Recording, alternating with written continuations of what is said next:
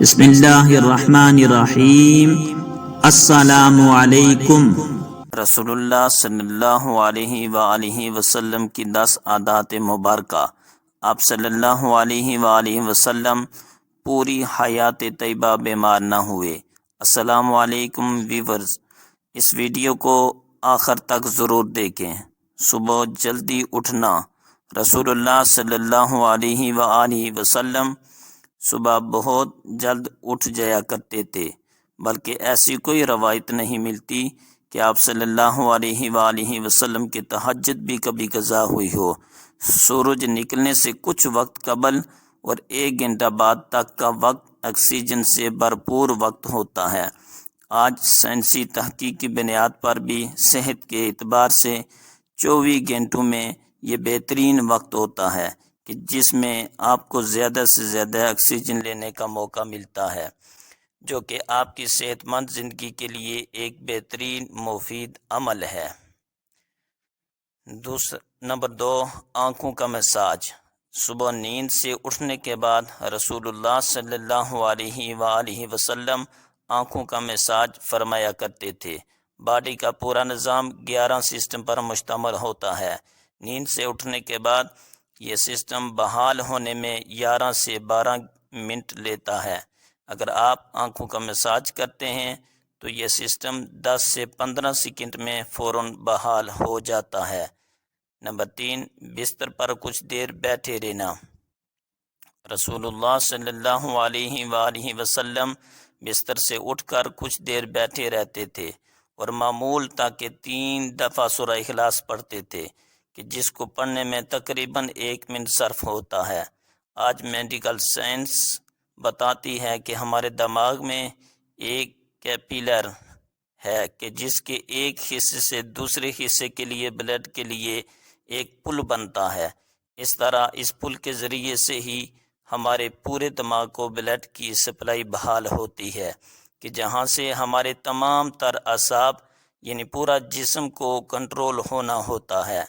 اگر کوئی شخص صبح بیدار ہونے پر اچانک اٹھ کر چل دے جبکہ ابھی برین میں بلڈ کی سپلائی بحال نہیں ہوئی تو اس شخص کو یہاں برین ہیمریج ہو سکتا ہے، یا وہ برین کے کئی دوسرے پیچیدہ مسائل کا شکار ہو سکتا ہے، جس میں اچانک جسم کے کئی حصوں کا مفلوج ہونا فالج بھی شامل ہے۔ جبکہ اگر وہ صرف 1 منٹ بیٹھا رہے کہ اس کے دماغ میں بلڈ کی سپلائی بحال ہو سکے تو بہت سے پیچیدہ مسائل سے بچ سکتا ہے۔ یہ باقاعدہ ایک سائنس ہے، اور اس ایک حدیث مبارکہ کے پیچھے بہت سے پروفیسر ڈاکٹرز کی ریسرچ شامل ہے، کہ جس میں غیر مسلم ریسرچرز نے بھی اتفاق کیا ہے کہ ہمیں محمد صلی اللہ علیہ وآلہ وسلم کی اس سنت کے مطابق صبح اٹھنے کے بعد بیڈ پر کچھ دیر بیٹھے رہنا چاہیے۔ اس کا فائدہ یہ ہے کہ دماغ پوری طرح سے ایکٹیو ہو کر ہمارے جسم کی بھرپور رہنمائی کے قابل ہو جاتا ہے۔ اس سنت مبارکہ پر جہاں بہت بڑا اجر و ثواب ہے، وہاں صحت کا بہت بڑا راز بھی ہے۔ نمبر 4، قیلولہ کرنا۔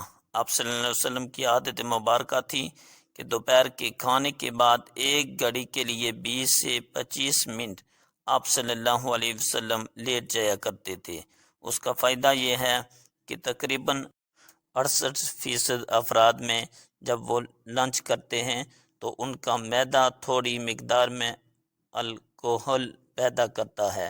ایسے میں اگر انسان چل پھر رہا ہو تو وہ چکرا کر گر سکتا ہے، یا اس پر ہمار کی سی کیفیت طاری ہو سکتی ہے۔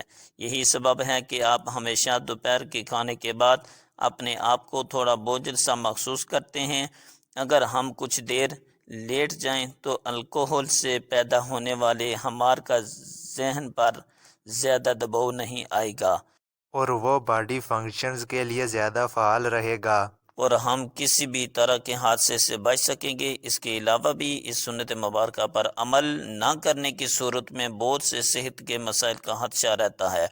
چونکہ یہ بات آج تحقیقات سے ثابت شدہ ہے، اس لیے دنیا بھر کے ممالک میں بیشتر 1 سے 2 یا 3 بجے تک دوپہر کا وقفہ کیا جاتا ہے، تاکہ لوگ لنچ کے بعد کچھ قیلولہ کر سکیں۔ آج پورا یورپ رسول اللہ صلی اللہ علیہ وآلہ وسلم کی سنت کو عملاً اپنائے ہوئے ہیں، اور پورے یورپ میں دوپہر 1 سے 3 بجے تک کا وقفہ ہوتا ہے۔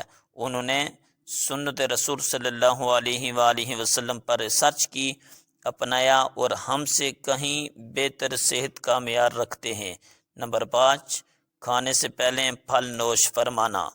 رسول اللہ صلی اللہ علیہ وآلہ وسلم ہمیشہ کھانا کھانے سے پہلے فروٹ نوش فرمایا کرتے تھے۔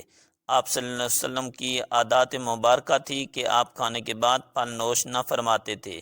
مختلف پھلوں میں 90 سے 99% تک پانی کی مقدار ہوتی ہے۔ آپ صلی اللہ علیہ وآلہ وسلم نے چونکہ کھانا کھانے کے بعد پانی پینے سے منع فرمایا ہے، جبکہ کھانا کھانے سے قبل پانی پینے کی ترغیب دلائی ہے۔ اس لیے مختلف پھل بھی چونکہ پانی کی بہت زیادہ مقدار رکھتے ہیں، اس لیے ان کو کھانے سے پہلے کھانے سے جسم اور خاص طور پر معدہ اور آنتوں کو توانائی ملتی ہے، کیونکہ کھانے کو ہضم کرنے میں معدہ اور آنتوں کا بہت اہم کردار ہوتا ہے، اور یہ عمل ان کی کارکردگی بڑھانے میں ان کے لیے مددگار ثابت ہوتا ہے، اور یہ بات بھی سائنسی مشاہدات سے ثابت شدہ ہے۔ فروٹ میں موجود غذائیت سے خالی معدے کو زیادہ فائدہ ہوتا ہے۔ نمبر 6، غذا کے بعد پانی نہ پینا۔ رسول اللہ صلی اللہ علیہ وآلہ وسلم کبھی بھی کھانے کے بعد پانی نہ پیتے تھے۔ آج علم اور تحقیق سے جو باتیں سامنے آئی ہیں ان سے پتہ چلتا ہے کہ اس سنت مبارکہ پر عمل نہ کرنے کے اس قدر نقصانات ہیں کہ گمان بھی نہیں کیا جا سکتا۔ جب ہم کھانے کے بعد پانی پیتے ہیں تو کھانے میں جس قدر بھی فیٹس ہوتے ہیں وہ کھانے سے نکل کر معدے کے اوپر والے حصے کی طرف آ جاتے ہیں۔ باقی کھانا ہاضمے کے دوسرے مرحلے کے لیے چھوٹی آنت میں چلا جاتا ہے، اور اس طرح معدے میں رہ جانے والا فیٹ اور پروٹین معدے کے اندر انتہائی نقصان دہ گیسز پیدا کرتے ہیں، جبکہ ان سب کو کھانے کے ساتھ مکس ہو کر نظام انہضام کے اگلے مرحلے میں جانا تھا۔ ہم نے پانی پی لیا یا فروٹ کھا لیا تو یہ ہماری صحت کی بربادی کے لیے معدے ہی میں رہ گئے۔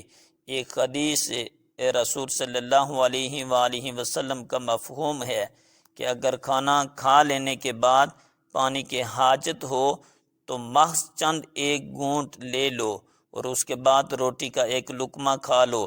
جاپانی ریسرچ ہے کہ کھانے کے بعد پانی پینے سے جو فیٹ اوپر آ رہے تھے اور آپ نے جو بعد میں لقمہ کھا لیا تو فیٹس کے اوپر آنے کا سلسلہ نہ صرف وہی رک جاتا ہے بلکہ وہ دوبارہ غذا کا حصہ بن جاتے ہیں۔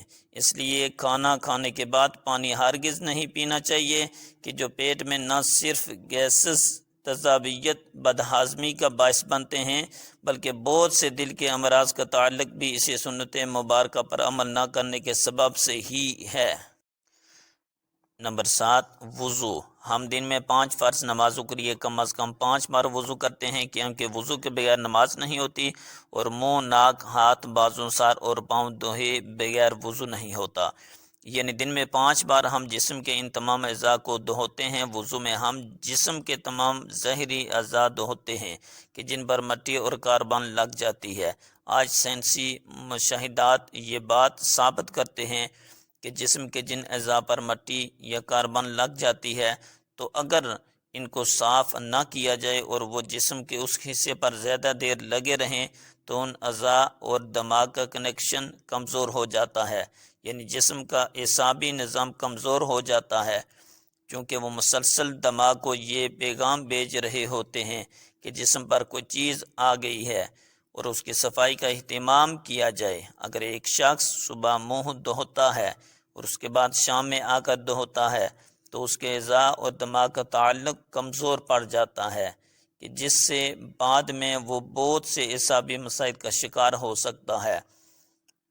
اسلام کم از کم دن میں 5 بار آپ کے اعضاء کی صفائی کا بندوبست کرتا ہے، اور جمعے کے روز ناخن، زیر ناف اور بغلوں کے غیر ضروری بال کاٹنے سمیت مکمل صفائی کا اہتمام کرتا ہے۔ رسول اللہ صلی اللہ علیہ وآلہ وسلم نے نہ صرف ایسا کرنے کا حکم فرمایا ہے بلکہ یہ سب آپ صلی اللہ علیہ وسلم کی سنت مبارکہ کا حصہ بھی ہیں۔ نمبر 8، جلد سونا۔ رسول اللہ صلی اللہ علیہ وآلہ وسلم کی ایک اور عادات مبارکہ یہ بھی تھی کہ آپ صلی اللہ علیہ وسلم رات جلد سو جایا کرتے تھے۔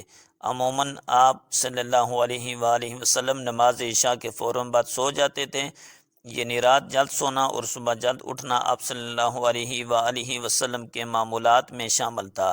ہماری بیالوجیکل واچ جو کہ ہمارے پورے جسم کے نظام کو منظم کرتی ہے، جب یہ باہر اندھیرا دیکھتی ہے تو یہ آپ کے جسم کو سونے کا سگنل دے دیتی ہے۔ جسم کو تیاری کے لیے یہ 1.5 سے 2 گھنٹے کا ٹائم دیتی ہے کہ اس وقت تک آپ کو لازمی سونا ہے۔ نوٹ کیجئے کہ نماز مغرب اور نماز عشاء میں بھی تقریباً اتنا ہی دورانیہ ہوتا ہے۔ اس کا فائدہ یہ ہوتا ہے کہ آپ کے جسم کے اندر بیالوجیکل واچ کے تحت ایک ڈاکٹر جاگ جاتا ہے جو آپ کے پورے جسم کی مینٹیننس کرتا ہے۔ اگر کہیں زخم آ گیا ہے وہ اس کو ریپیئر کرے گا، اگر جگر یا کسی اور اعضاء میں کچھ مشکل ہے تو اس پر کام کرے گا، بلکہ سونے کے بعد سب سے پہلے جگر پر ہی کام ہوتا ہے۔ اور جو جگر کے مریض ہیں ان کے لیے یہ رائے بھی ہے جہاں وہ اپنا علاج کر رہے ہیں وہ اپنی جگہ لیکن اپنے نیند کے نظام کو بہتر کر کے اپنے جسم کے ڈاکٹر کو علاج کا موقع دیجیے اور پھر اس کے ثمرات دیکھیے۔ رات 10 بجے سے 12 بجے تک جگر اور اس کے ارد گرد کے اعضاء کی مینٹیننس ہوتی ہے اور اس کے بعد درجہ بدرجہ پورے جسم کی مینٹیننس ہوتی ہے، اور یہ عمل روزانہ کی بنیاد پر ہوتا ہے۔ اللہ رب العزت نے آپ کے جسم میں ایک آٹومیٹک نظام رکھا ہے اور یہ نظام تب کام کرتا ہے کہ جب آپ جلدی سونے کی عادت اپناتے ہیں۔ جہالت میں عربوں میں ایک رواج تھا کہ رات کے کھانے کے بعد ان کے ہاں شعر اور شاعری اور دیو مالائی کہانیوں کی محفلیں ہوتی تھی جو رات کے 2 بجے تک چلتی رہتی تھی، اور اس ماحول میں رسول اللہ صلی اللہ علیہ وآلہ وسلم کا رات جلدی سونا بھی ان کے نزدیک ایک قابل اعتراض عمل تھا۔ یہ تو عہد جہالت تھا، لیکن آج ماڈرن ایج کا دعویٰ کرنے والے ہم مسلمانوں کے ہاں بھی دیر تک جاگنے کو نہ صرف قابل اعتراض نہیں سمجھا جاتا بلکہ کچھ حد تک تو قابل فخر بھی جانا جاتا ہے۔ عہد جہالت کی محفلوں کی جگہ آج ماڈرن انٹرنیٹ اور سیٹلائٹ ٹیکنالوجی نے لے لی ہے، لیکن جلدی سونا رسول اللہ صلی اللہ علیہ وآلہ وسلم کے معمولات میں تھا، کیونکہ جسم کے اندرونی ڈاکٹر کی افادیت سے واقف تھے، اور یہی وجہ ہے کہ پوری حیات مبارکہ میں رسول اللہ صلی اللہ علیہ وآلہ وسلم ایک لمحے کے لیے بھی بیمار نہیں ہوئے۔ نمبر 9، مسواک کرنا۔ رسول اللہ صلی اللہ علیہ وآلہ وسلم مسواک کو بہت پسند فرماتے تھے، اور خصوصاً دن میں 5 دفعہ ہر نماز میں وضو کے ساتھ تو ضرور اس کا اہتمام فرماتے تھے۔ اس کے علاوہ بھی جب گھر تشریف لاتے کسی محفل میں حاضری سے پہلے غرض موقع بے موقع مسواک کا اہتمام کرتے اور مسواک کو بہت محبوب رکھتے تھے۔ ہوتا یہ ہے کہ جب ہم کھانا کھاتے ہیں تو دانتوں کے درمیان کھانے کے کچھ نہ کچھ ذرات ضرور رہ جاتے ہیں، اور کھانے کے 1 گھنٹے بعد ان میں بیکٹیریا پیدا ہو جاتے ہیں۔ محسوس کیجئے گا کہ دانتوں میں رہ جانے والے ذرات 2 گھنٹوں پر نرم ہو جاتے ہیں، اور اس کی وجہ یہ بیکٹیریا ہی ہے۔ اس لیے ہمیں کہا گیا کہ کھانے سے پہلے، بعد سونے سے پہلے، بعد مسواک کا اہتمام کیا جائے، ورنہ یہ آپ کے ہارٹ اٹیک کا بھی سبب بن سکتی ہے۔ آج امریکہ اور مغربی ممالک میں صبح اٹھتے بغیر دانت منہ صاف کیے کھانے پینے کا رواج عام ہے، جو ان میں طرح طرح کی بیماریوں کا سبب بن رہا ہے۔ آسٹریلیا کی ایک یونیورسٹی نے ہارٹ اٹیک کے 500 مریضوں پر ریسرچ کی۔ انہوں نے جہاں اور بہت سی وجوہات بیان کی، وہاں ایک کامن وجہ یہ بھی سامنے آئی کہ یہ لوگ ٹوتھ برش کرنے کے عادی نہ تھے، جس کے سبب ان کے دانتوں میں جمع میل پیٹ میں جا کر اس قدر ملٹی پلائی ہوا کہ وہ ہارٹ کی آرٹریز کو بلا کرنے کا سبب بنا۔ ان کو ہارٹ اٹیک کا اصل سبب ان کے دانتوں کا میل تھا، جبکہ ہمیں رسول اللہ صلی اللہ علیہ وآلہ وسلم مسواک کی اس حد تک تلقین فرمائی کہ ایک موقع پر فرمایا کہ اگر امت پر باری نہ ہوتا تو میں امت پر مسواک کو فرض قرار دے دیتا۔ آج کی ماڈرن سائنس یہ ثابت کر چکی ہے کہ جن لوگوں کو ٹوتھ برش زیادہ کرنے کی عادت ہوتی ہے ان کو غصہ کم آتا ہے اور وہ اکثر ٹھنڈے مزاج پرسکون رہتے ہیں۔ جس شخص کو زیادہ غصہ آتا ہو، بلڈ پریشر اکثر ہائی رہتا ہو، طبیعت میں بے چینی، تو وہ زیادہ سے زیادہ مسواک کیا کرے۔ نمبر 10، 2-3 ہفتے میں 2 روزے۔ رسول اللہ صلی اللہ علیہ وآلہ وسلم کے معمولات میں پیر اور جمعرات کا روزہ بھی شامل تھا، اور آپ صلی اللہ علیہ وآلہ وسلم نے ان روزوں کو رکھنے کی ترغیب بھی دلائی، یعنی کہ ہفتے میں 2 روزے رسول اللہ صلی اللہ علیہ وآلہ وسلم کا قول مبارک ہے کہ مسلمان ایک آنت میں کھانا کھاتا ہے جبکہ کافر 3 آنت میں، اور ہمیں نصیحت فرمائی کہ جب خوب بھوک لگے تو کھانا کھاؤ اور ابھی بھوک باقی ہو تو چھوڑ دو۔ یہ عمل آج جدید میڈیکل کی زبان میں آٹوفیجیا کہلاتا ہے۔ یہ انسانی جسم کو صحت مند رکھنے کا بہت عظیم راز ہے۔ ہوتا یہ ہے کہ جب ہم معمول کے مطابق اپنی ضرورت سے زیادہ کھانا کھاتے رہتے ہیں تو جسم میں ایکسٹرا پروٹین فائٹس اکٹھے ہو جاتے ہیں، جو کہ جسم کی ضرورت سے زائد ہونے کے سبب جسم میں زہر کا کردار ادا کرتے ہیں اور مختلف بیماریوں کا سبب بنتے ہیں۔ آج کی عام بیماریاں شوگر، کولیسٹرول اور بلڈ پریشر کا بنیادی سبب یہی ایکسٹرا فائٹس ہی بنتے ہیں۔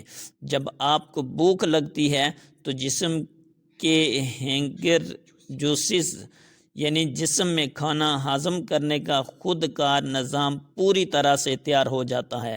اگر ہم نے 100 لقمے کھانے تھے مگر 70 پر ہاتھ روک لیا تو باقی 30 لقمے کہ جن کی جسم کو ضرورت تھی، جسم وہ ضرورت ان ایکسٹرا پروٹین اور فیٹس کو کھا کر پورا کرتا ہے۔